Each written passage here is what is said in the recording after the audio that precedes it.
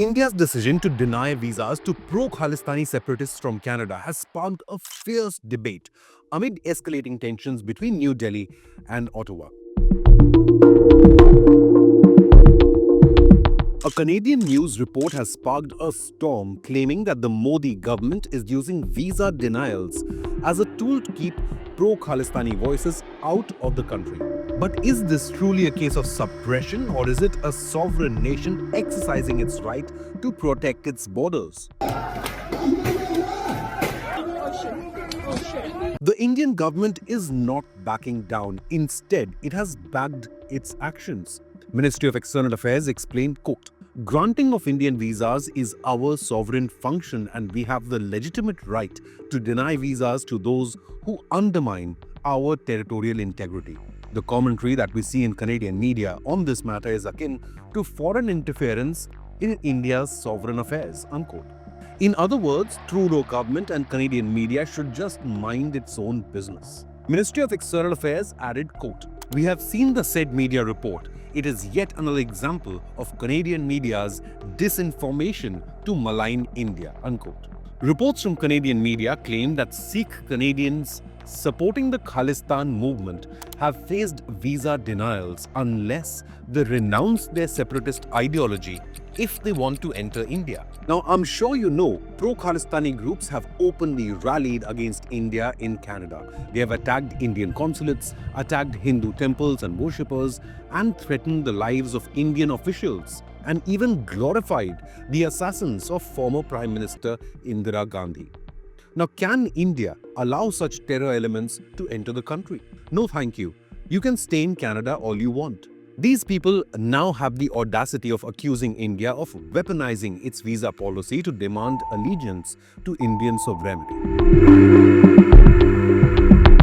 The report by Canadian outlet Global News highlighted complaints from Sikh Canadians who alleged that Indian consular officials demanded they denounce their support for Khalistan separatism and sign a letter as a prerequisite for obtaining Indian visas. These claims were accompanied by stories of activists such as Bikramjit Singh Sandhar, former president of the same Gurudwara, once headed by slain terrorist Hardeep Singh Nijjar, who was asked to affirm his respect for India as a democratic and sovereign nation before being granted a visa. He refused to sign the letter and his visa was promptly rejected by New Delhi. Ironically, while these individuals demand unrestricted access to India, they openly criticize its policies and glorify violent movements. Now, if you hate India so much, then why do you want to come here? Even political commentators have pointed out the hypocrisy of such activists, many of whom berate India but decry visa denials as unfair. The Khalistan movement, long marred by violent terror attacks such as bombing of an airline, pose a significant threat to India's security.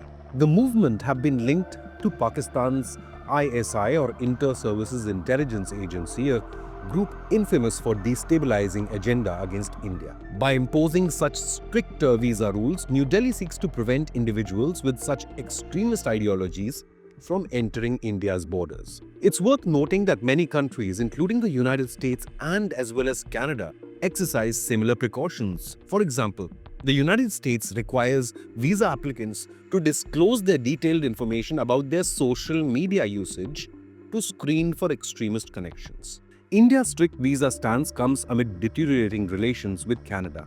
Tensions flared in September 2023 when Canadian Prime Minister Justin Trudeau alleged Indian involvement in the assassination of Khalistani leader Hardeep Nijjar.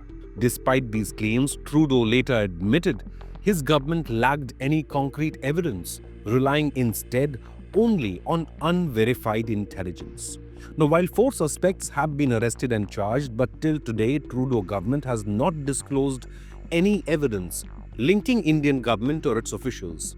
India, rejecting the allegations as baseless, has withdrawn several diplomats and expelled 6 Canadian envoys, including Acting High Commissioner Stuart Wheeler. Now, while Trudeau government is threatening India's interests by harboring terrorists, what they must really worry about is Canada losing its own sovereignty under Trudeau. US President-elect Donald Trump recently mocked Canadian Prime Minister Justin Trudeau on social media platform Truth Social, referring to Trudeau as Governor of Canada instead of Prime Minister. Is Trump preparing to annex Canada? Or is he just mocking Trudeau for his incompetence?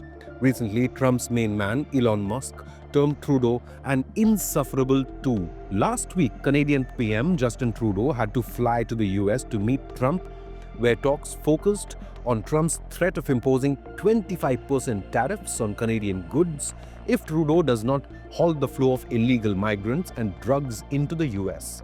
With Donald Trump back in the White House and given his camaraderie with Indian PM Modi, Trudeau might soon find himself isolated in this diplomatic war with India. Meanwhile, the growing influence of Khalistani separatists has also raised concerns about the safety of Indian nationals in Canada. In recent months, Indian students have fallen victim to violent attacks. Tragically, incidents like the shootings of Preetpal Singh and Harshandeep Singh have underscored the deteriorating security environment in that country.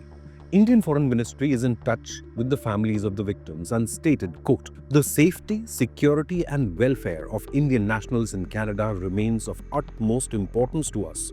We have also issued an advisory for our nationals and Indian students to exercise extreme caution and remain vigilant, given the deteriorating security environment in Canada as a result of the growing incidence of hate crimes and criminal violence," unquote. With anti-India hate being encouraged by Trudeau government, do you think India's decision to deny visas to Khalistani supporters is justified? Leave a comment with your opinion, hit the like button and subscribe to Inconnect News.